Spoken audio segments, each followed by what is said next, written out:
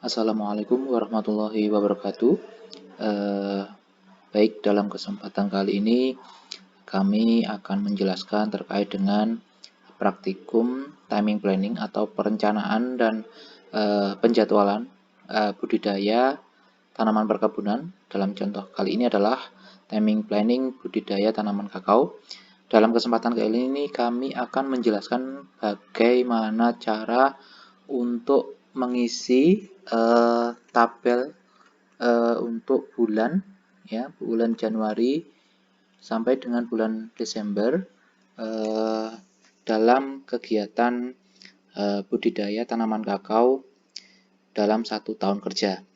Ada beberapa tahun kerja yang sudah kami sampaikan dalam kesempatan sebelumnya. Ada kegiatan tahun kerja persemaian atau pembibitan. Selanjutnya adalah tanaman tahun akan datang.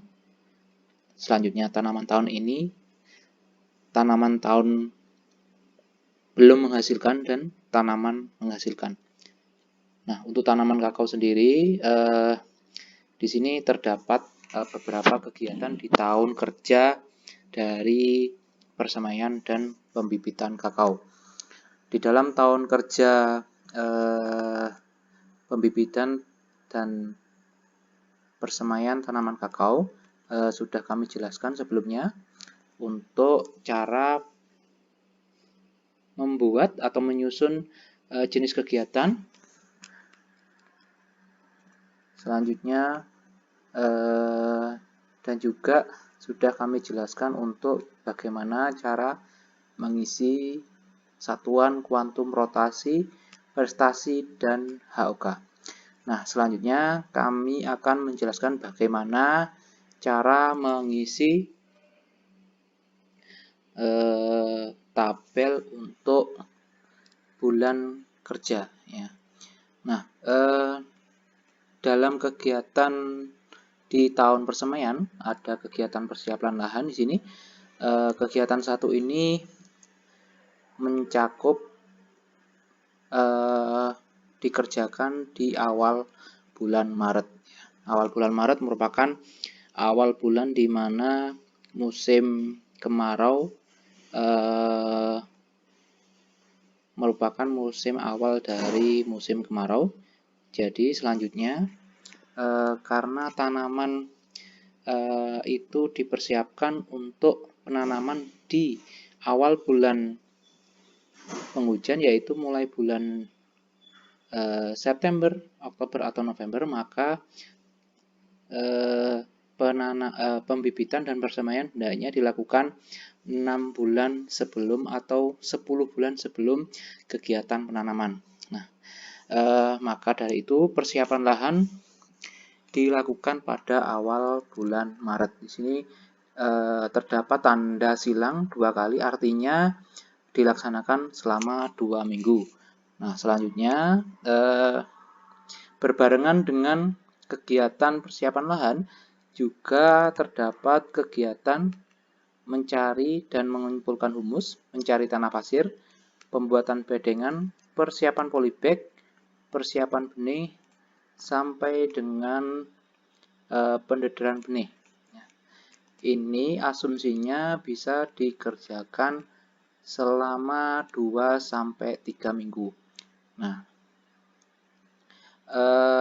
pengumpulan dan persiapan lahan ini dikerjakan selama 2 minggu, sehingga pada penandaan bulan Maret ya disilang 2 kali pada kolom sebelah kiri dari bulan Maret ya. Selanjutnya untuk membuat bedengan ya. Untuk membuat bedengan, karena jumlah tenaga kerja yang harus di supply itu cukup banyak dan beban kerjanya juga cukup banyak. Selanjutnya untuk jenis pekerjaannya pun juga cukup menyita waktu, sehingga maka dari itu kegiatan pembuatan bedengan dan persiapan membuat atap pagar bedengan, meratakan bedengan ini dilaksanakan secara 3 minggu, sehingga tanda silangnya berulang 3 kali. Nah, selanjutnya untuk persiapan polybag hanya dilaksanakan asumsinya 1 minggu selesai ya. Dengan 5 hari kerja atau 7 hari kerja atau 6 hari kerja ini sudah selesai dilakukan oleh satu orang ya. Per hari berarti bisa mengerjakan sekitar 200 bibit 200 polybag. Asumsinya seperti itu. Nah, selanjutnya isi polybag, penataan polybag ini pekerjaan yang cukup lumayan menyita waktu sehingga dibutuhkan waktu 2 minggu. Selanjutnya adalah kegiatan persiapan benih ya. Dilakukan selama 2 minggu ya. Di bulan Maret. Selanjutnya adalah pendederan benih dilaksanakan selama 1 minggu ya. Pemeliharaan benih ini dimulai dari persiapan benih, jadi berangsur 3 minggu. Nah,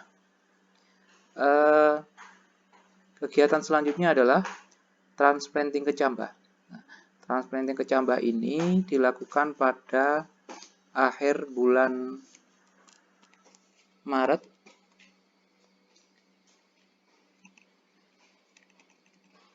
dilakukan selama 1 minggu ya.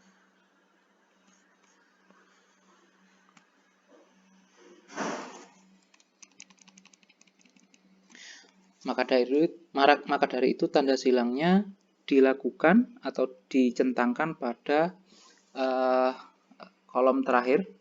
Maksud saya di setelah titik-titik 3 artinya adalah dilaksanakan di minggu keempat.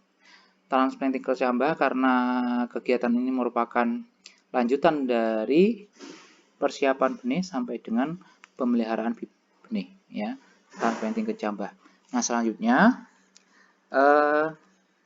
kegiatan 1 sampai kegiatan 9 dilakukan pada awal bulan Maret ya. Dibutuhkan 1 bulan pekerjaan. Nah, selanjutnya adalah pemeliharaan bibit. Nah, pemeliharaan bibit ini dilakukan selama 3 bulan. Dilakukan selama 3 bulan. Mulai aktivitas penyiraman. Selanjutnya adalah penyiangan gulma dan juga pengendalian hama penyakit. Nah, di sini juga dilihat bagaimana rotasi pekerjaan tersebut dilakukan. Ya.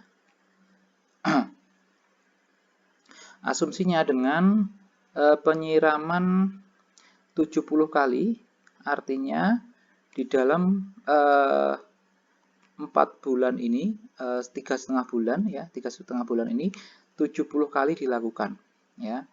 3 bulan terdiri dari 90 hari ya, 90 hari artinya 2 hari sekali dilakukan penyiraman. Ya. Ini arti dari 3 bulan disilang dan dihubungkan dengan rotasi tanaman. Rotasi pada saat penyiraman maksud saya. Selanjutnya dilakukan penyiangan gulma. Penyiangan gulma dilakukan rotasinya 3 kali. Nah, maka dari itu silangnya juga terbatas ya, tidak disilang semua, tapi hanya cukup 1 bulan 1 kali penyilangan. Nah, seperti itu. Pengendalian hama penyakit dilakukan selama 22 kali ya. Di bulan April sampai dengan bulan September ya.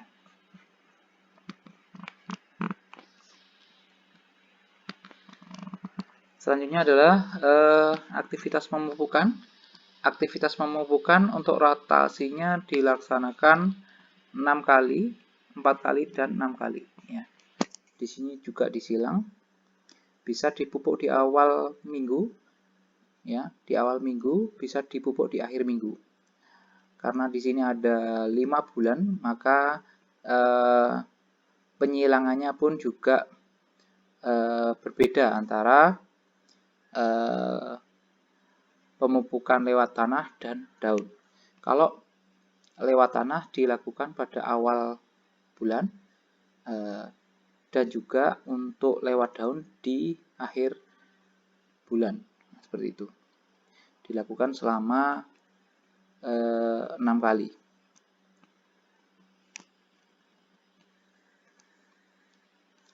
Nah, selanjutnya untuk okulasi, ya, persiapan okulasi dilakukan pada saat tanaman berumur kurang lebih 6 bulan, ya, kurang lebih berumur 6 bulan setelah ditransplanting, kecambahkan di polybag.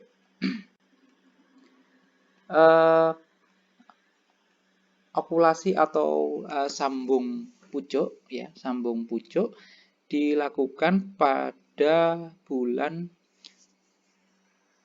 Oktober, ya. Selanjutnya perawatan pada saat tanaman bibit setelah okulasi dilakukan pada bulan November dan Desember. Nah, pada bulan Desember akhir dilakukan angkut bibit, ya, yang akan dipersiapkan untuk penanaman di tahun kerja TTI. Nah, selanjutnya saya akan jelaskan bagaimana cara untuk pengisian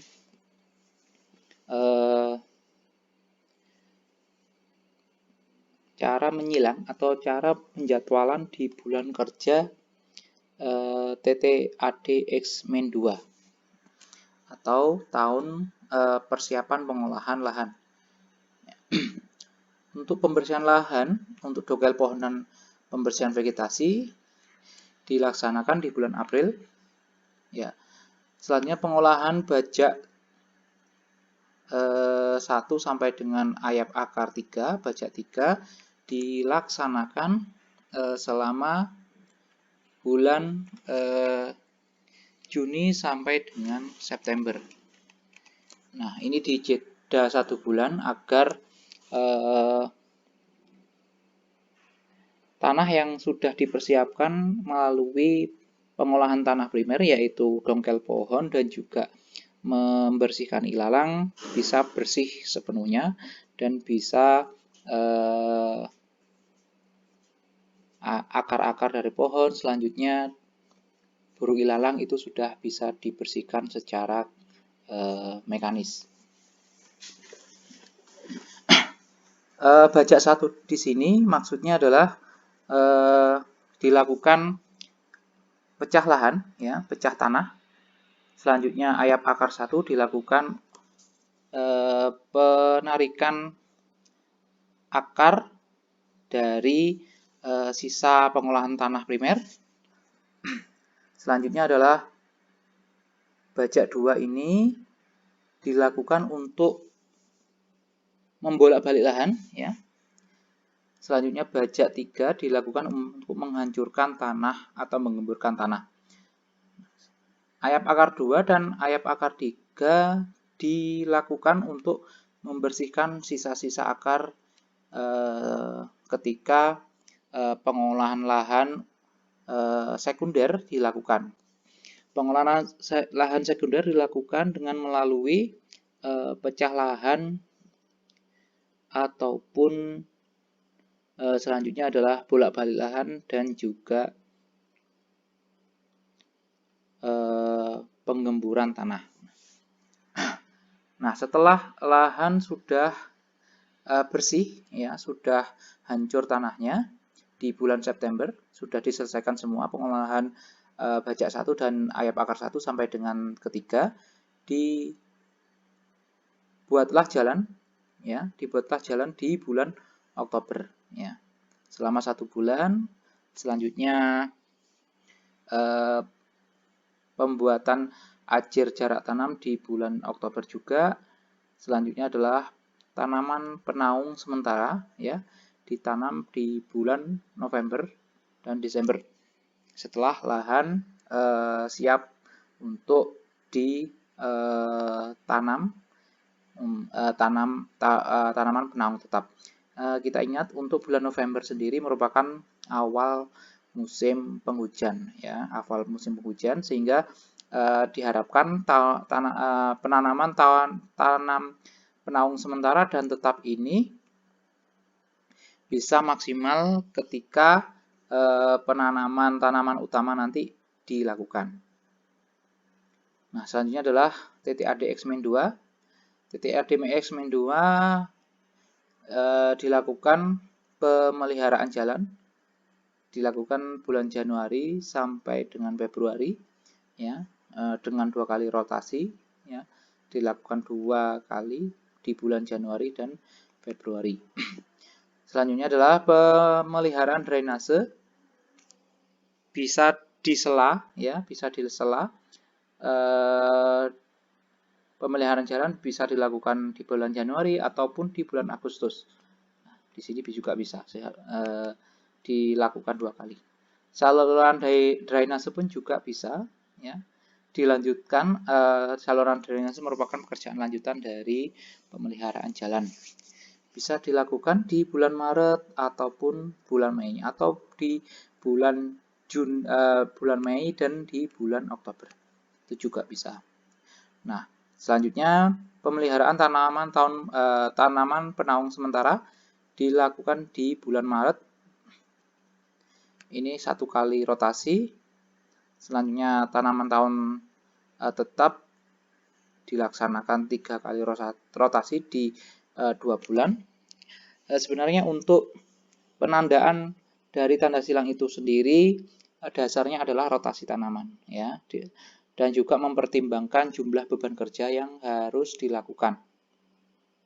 Apakah membutuhkan estimasi waktu yang cukup banyak atau hanya 1-2 hari selesai, atau butuh waktu berminggu-minggu sampai dengan berbulan-bulan. Dan juga diperhatikan berapa kali pekerjaan tersebut dilakukan ya. Apabila pekerjaan tersebut dilakukan secara rutin, maka pada setiap minggunya atau setiap bulannya ada tanda silangnya ya, seperti itu. Apabila tanda silang apabila rotasi tanaman atau rotasi pekerjaan itu dilakukan selama satu kali di dalam 1 tahun, maka tanda silang itu hanya cukup 1 kali saja di bulan yang kita tentukan tahun pekerjaannya. Selanjutnya adalah untuk kegiatan sulam dan untuk tanaman penaung tetap dan sementara dilakukan di bulan Oktober sampai dengan Desember ya. Asumsinya adalah bulan Oktober sampai bulan Desember merupakan aktivitas musim hujan berlangsung. Nah, di TTI ya, di TTI ini dilakukan penanaman ya, penanaman tanaman utama. Nah, untuk pengisiannya di tabel Januari sampai Desember sebagai berikut. Ya, untuk pemeliharaan jalan sama dilakukan di awal tahun. Nah, selanjutnya adalah pembuatan lubang di bulan Juli sampai dengan September. Ya, selanjutnya adalah penanaman tanaman pokok ini dilaksanakan pada bulan Desember. Ya. Untuk tanaman kakao ditanam pada saat lubang tanam sudah siap, penandanya juga sudah siap. Selanjutnya tanaman penaungnya juga sudah cukup bisa menaungi tanaman utama. Ya. Pemeliharaan ini rotasinya 3 kali. Selanjutnya adalah penaung tetap 2 kali. Ya.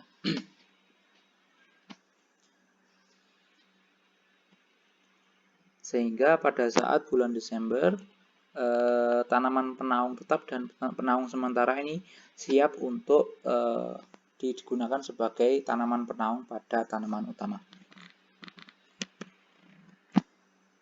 Nah, selanjutnya adalah pengendalian gulma, buru alang-alang, penyiangan manual, dan penyiangan kimiawi. Penyiangan alang-alang dan manual dilakukan pada saat bulan Januari sampai bulan April.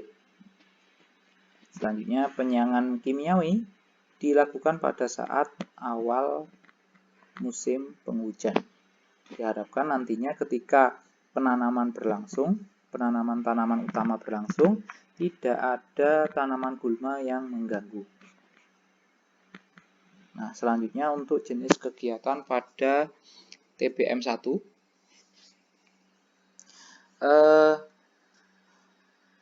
pemeliharaan jalan dan juga statistik pohon. Untuk statistik pohon dilakukan 1 tahun setelah tanaman tersebut ditanam. Misalkan kita tanam di bulan Desember tahun 2020, maka untuk kegiatan statistik tanaman dilakukan pada bulan Desember tahun 2021. Ya, jadi ketika tanaman sudah berumur 1 tahun. Statistik tanaman dilakukan untuk mengukur sejauh mana berapa tanaman yang hidup sehat dan tanaman yang tidak hidup atau tanaman yang hidup dalam keadaan sakit, ya seperti itu. Sehingga dipersiapkan berapa pohon yang harus dipersiapkan untuk dilakukan penyulaman. Nah, selanjutnya untuk pemeliharaan jalan dilakukan di bulan Maret dan bulan September. Ya, ini dilakukan 2 kali kerja. Pun juga pemeliharaan saluran air dilakukan 2 kali di bulan Maret dan di bulan September. Selanjutnya aktivitas yang paling banyak ini adalah 9 kali rotasi buru lalang, ya. Dilakukan 9 kali, artinya pada 9 bulan di tahun kerja TTI selalu dilakukan buru ilalang atau menyabit rerumputan, ya.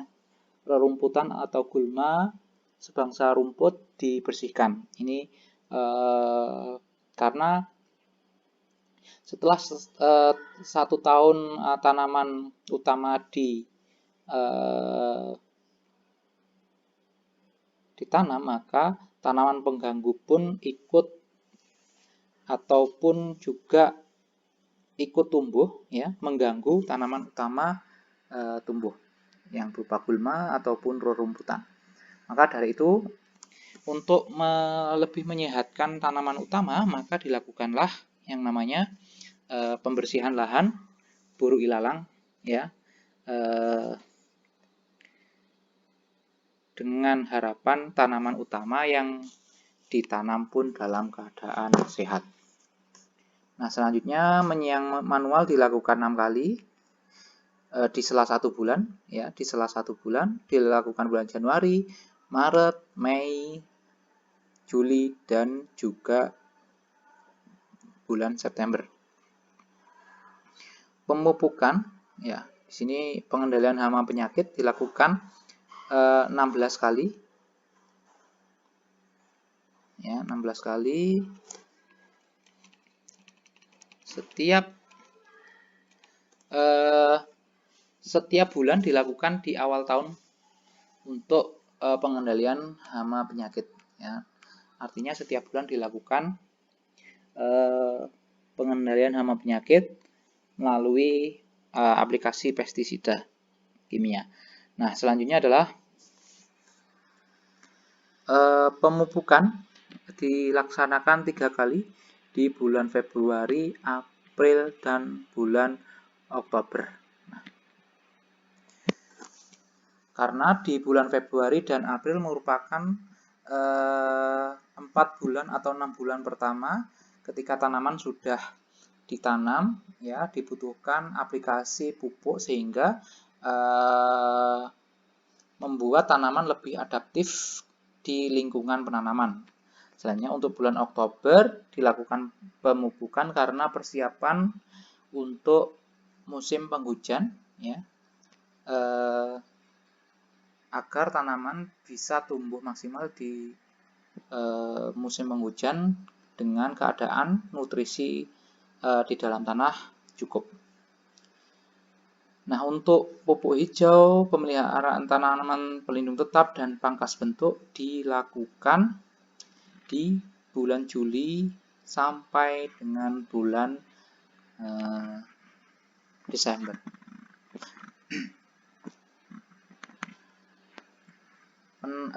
Pemeliharaan pelindung tetap ini dilaksanakan 2 kali, ya, di bulan Maret dan di bulan September. Dan pangkas bentuk dilakukan ketika tanaman utama sudah berumur 6 bulan, ya. Pangkas bentuk itu maksudnya adalah membersihkan ranting-ranting yang mengganggu atau membersihkan pucuk-pucuk dari tanaman kakao yang mengganggu tanaman batang utama tumbuh. TBM2 hampir sama kegiatannya dan TBM3 bisa dilihat meskipun aplikasi bulannya berbeda, ya, rotasinya pun juga sedikit berbeda. Nanti bisa kalian perhatikan di tabel tabel dari timing planning tanaman kakao. Nah, terakhir ini untuk kegiatan panen dan pengangkutan, ya. Kegiatan panen dan pengangkutan ini asumsinya setiap bulan tanaman kakao akan menghasilkan buah, sehingga seluruh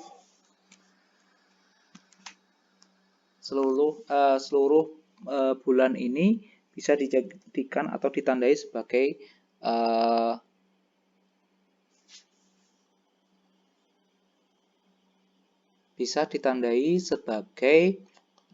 tanaman panen atau masa panen setiap bulan. Asumsinya dengan satu bulan pasti ada kegiatan panen. Tapi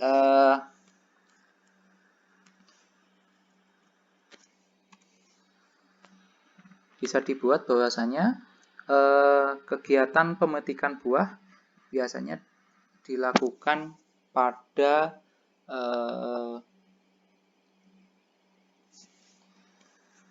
awal musim penghujan, ya, yaitu bisa di bulan Agustus. Biasanya panen dilakukan pada bulan Agustus.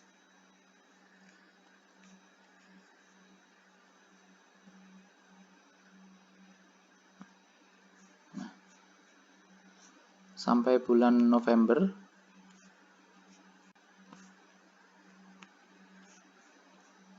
Nah, selanjutnya untuk buat lubang ini dipersiapkan di 1 bulan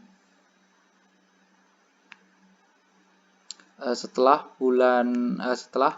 tahun atau musim dari tanaman penghujan selesai. Nah, selanjutnya pemetikan buah, selanjutnya adalah pengumpulan buah ke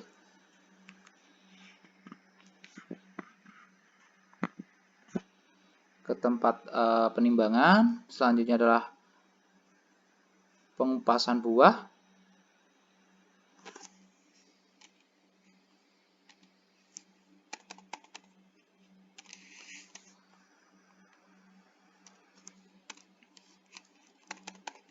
dilakukan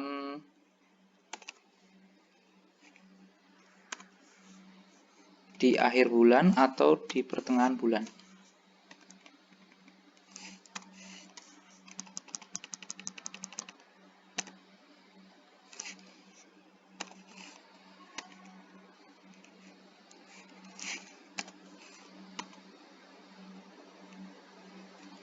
Oke.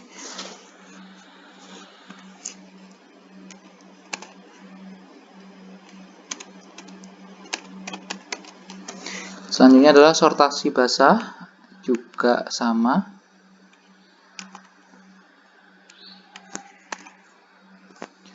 Panen basah sama juga.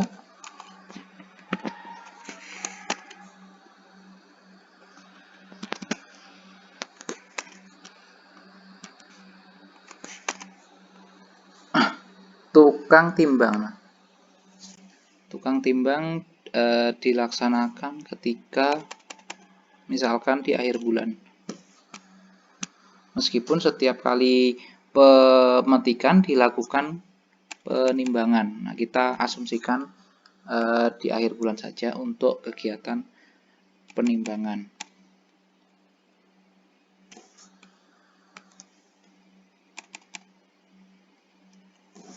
Selanjutnya pengangkutan di pabrik pengolahan.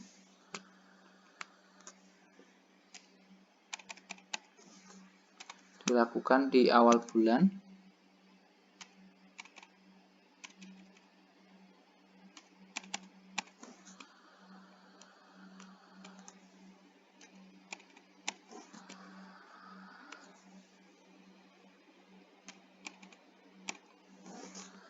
Nah, kira-kira seperti ini untuk kegiatan musim panen.